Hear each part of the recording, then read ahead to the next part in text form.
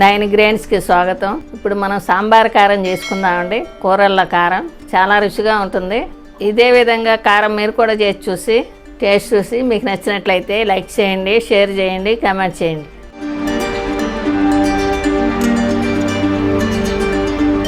మిరపకాయలు తొడియాలు తీసుకుందాం. ఈ విధంగా మొత్తం నేను 2 కేజీలు మిరపకాయలు తీసుకున్నాను. తొడియాలు తీసి పెట్టుకున్నాను. ఇవి కొంచెం లైట్గా వేయించుకుందామండి. కొంచెం వెచ్చబడితే చాలు ఈ కాయలు. ఇప్పుడు వేయించుకోవటం చూపిస్తాను. స్టవ్ ముట్టించి గిన్నె పెట్టుకున్నానండి. ఇప్పుడు మిరపకాయలు వేయించుకుందాం. కొద్దిగా వేయించుకుందాం. మిరపకాయలు కొద్దిగా వెచ్చబడితే చాలు, బాగా వేగక్కర్లేదు. కొంచెం వెచ్చబెట్టుకొని తీసేసుకుందాం. అవి వెచ్చబడినందుకే కాస్త కమ్మన వాసన వస్తుంది మనకి. ఇప్పుడు వెచ్చబడ్డాయండి, తీసేసుకుందాం. అన్నీ ఇలాగే వేయించుకుందాం. మిరపకాయలు వేయించుకున్న తర్వాత ఎండలో ఎండబెట్టుకోవాలండి. నలిపితే నలిగిపోయేలాగా ఉండాలి మిరపకాయ, ఆ విధంగా ఎండాలి. వేసవకాలం కనుక ఒక రోజులో ఎండిపోతాయండి మిరపకాయలు. సాయంత్రానికి మనము మిషన్ పట్టించుకోవచ్చు. సాంబార్ కారానికి మసాలా వేయించుకుందామండి. 100 గ్రాములు ధనియాలు ఈ దోరగా వేయించుకుందామండి. ధనియాలు వేగిన వాసన వస్తాయండి. వాసన వచ్చే వరకు వేయించుకుందాం. ధనియాలు వేగినాయండి, తీసేసుకుందాం. ఒక గిన్నెలో పోసుకుందాం. జీలకర్ర 100 గ్రాములండి. ఈ చిట్టుపెట్టలాడతాయండి, వేగిన గుర్తుగా చిట్టుపెట్టలాడే వరకు వేయించుకుందాం. మీడియం సెగలో సన్నగా వేయించుకోవాలండి, లేదంటే మాడిపోతాయి. చిట్టుపెట్టలాడుతున్నాయండి, దించేసుకుందాం. ఇక వేరే గిన్నెలో పోసుకుందాం. 100 గ్రాములు పచ్చెనగపప్పు అండి. పచ్చెనగపప్పు కొంచెం ఎర్రగా వేగాలండి. పచ్చివాసన పోయే వరకు వేయించుకోవాలి.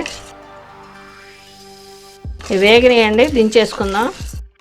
మినపప్పు 100 గ్రాములండి. మినపప్పు కూడా బాగా ఎర్రగా వేగాలండి. మంచి వాసన వస్తుంది, వేగిన గుర్తుగా కమ్మటి వాసన వస్తుంది. మినపప్పు వేగినాయండి, ఇవి కూడా తీసేసుకుందాం. 2 టేబుల్ స్పూన్లు మెంతులండి. ఇవి చిట్టుపట్టలాడే వరకు వేయించుకుందాం. మెంతులు చిట్టుపట్టలాడుతున్నాయండి, ఇది కూడా దించేసుకుందాం. ఇప్పుడు 1 కప్పు ఉప్పు వేయించుకుందామండి. కారంలో కలుపుకునేటప్పుడు చూసి కలుపుకుందాం. దీంట్లో తడి ఎక్కువగా ఉంటుందండి. కల్లుప్పు పొడి పొడిగా వచ్చే వరకు వేయించుకోవాలండి. దాంట్లో తడి ఆరిపోవాలి. వేగిన గుర్తుగా చిట్టపెట్టలాడటం ఆగిపోతుందండి. వేయించి పౌడర్ చేసి కలుపుకుంటే బాగుంటుంది కారంలో. ఉప్పు వేగిపోయిందండి, స్టవ్ ఆఫ్ చేసుకుందాం.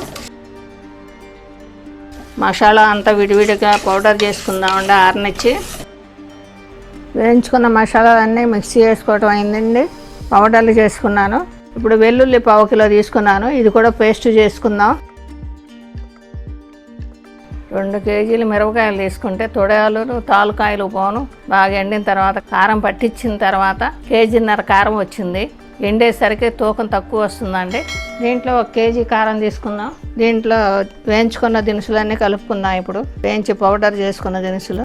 ఇది ధనియాల పొడి అండి, శనగపప్పు పౌడరు, మినపప్పు పౌడరు, మెంతిపిండి అండి, జీలకర్ర పొడి, 1/2 కప్పు సాల్ట్ వేసుకుందామండి. వేయించి పౌడర్ చేసుకున్న సాల్ట్ ఇది కలిసిపోయేలా కలుపుకుందామండి. ఈ పౌడర్లన్నీ కలిసిపోయినాక వెల్లుల్లి కలుపుకుందామండి. కారము పౌడర్లు కలిసినాయండి. ఇప్పుడు వెల్లుల్లి కలుపుకుందాం. వెల్లుల్లి కూడా కారంలో కలిసిపోయేలా కలుపుకుందామండి. రుచికరమైన సాంబార్ కారం రెడీ అండి. ఇది కూరలోకే కాదు, దోశల్లోకి, ఇడ్లీలోకి, రైస్లోకి కూడా నెయ్యి కానీ నువ్వుల నూనె కానీ వేసుకుని తింటే చాలా రుచిగా ఉంటుంది. మీరు కూడా ట్రై చేయండి.